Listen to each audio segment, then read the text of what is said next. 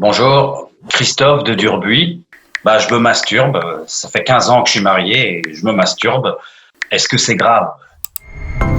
Santé, bonjour.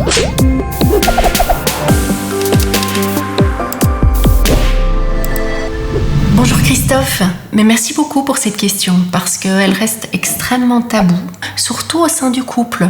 À la limite, on l'envisage plus facilement quand on n'est pas en relation et quand on l'est, il peut y avoir ce sentiment de culpabilité. Il faut savoir que d'un point de vue purement scientifique, il n'y a aucune contre-indication à le faire. Ça rend pas sourd. On a pu repérer des bienfaits, comme par exemple celui de pouvoir respecter son propre désir, être à l'écoute de son désir sans pour autant l'imposer au partenaire ou à la partenaire, voyez? Donc c'est, tiens, j'écoute ces sensations, je fais vivre cette énergie sexuelle qui est mon désir sexuel, mais par contre, voilà, je ne l'impose pas à l'autre personne qui peut-être à un moment donné ressent moins le désir sexuel que soi. Maintenant, évidemment, il y a la question de la fréquence. Est-ce que vous pouvez me dire un petit peu, Christophe, quelle est la fréquence de ces masturbations?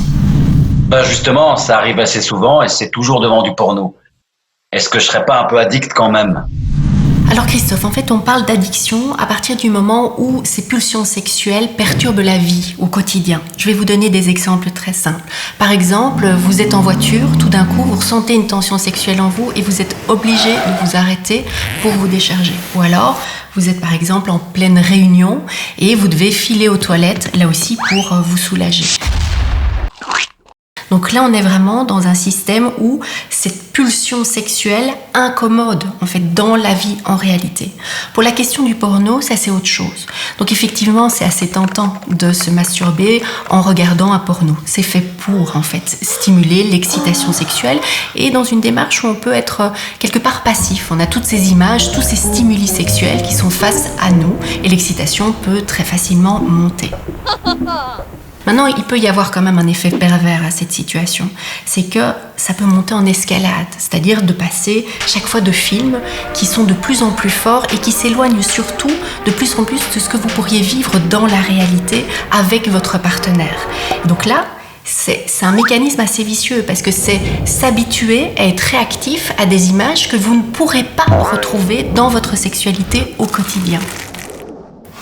Alors j'ai quelques petits conseils par rapport à ça. C'est déjà peut-être de regarder des films justement sans monter dans cette escalade ou, encore mieux peut-être, inventer vos propres films. Devenez le réalisateur et l'acteur principal de vos films et mettez en scène peut-être une situation, soit que vous avez déjà vécu avec votre partenaire, en y repensant, ou alors en projetant ce que vous pourriez faire avec elle dans le futur. Voilà Christophe, j'espère que j'ai pu vous aider. N'hésitez pas, si vous avez encore des préoccupations, à aller consulter des spécialistes, on est là pour ça. Et puis surtout, continuez à prendre soin de votre santé.